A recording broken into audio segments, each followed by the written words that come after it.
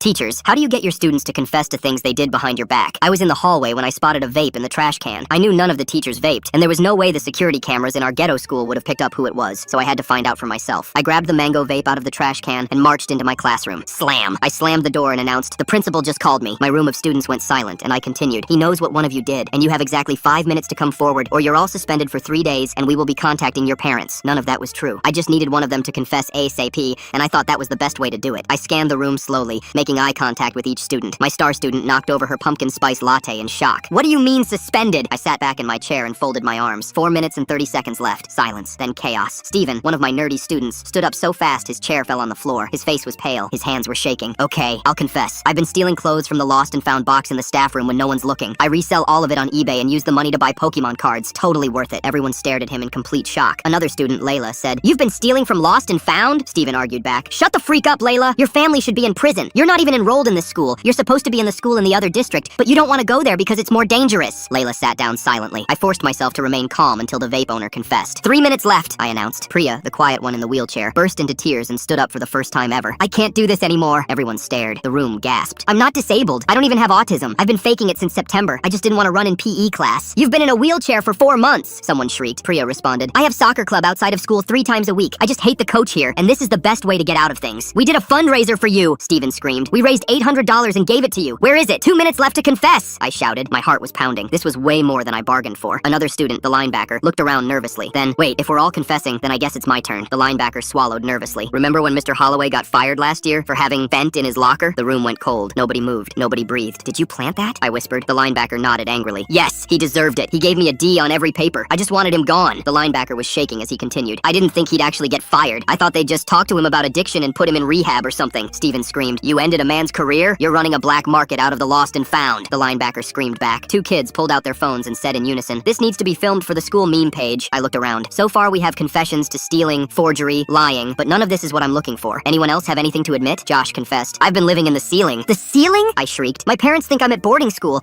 I just come here." "Time's up." I was dizzy. "Nobody confessed to what this is actually about." Mia sobbed. "What else could there possibly be?" I pulled out the vape. "Someone left this in the hallway trash can. Which one of you was it?" Dead silence. Priya lifted her hand. "Sir, I don't think that's a vape," she stammered. I furrowed my eyebrows at her, thinking she was trying to distract me from the truth, but that's when I took a closer look at the vape. My cooter dropped. It was an inhaler. I laughed. "Oops, my bad guys, but you're still suspended."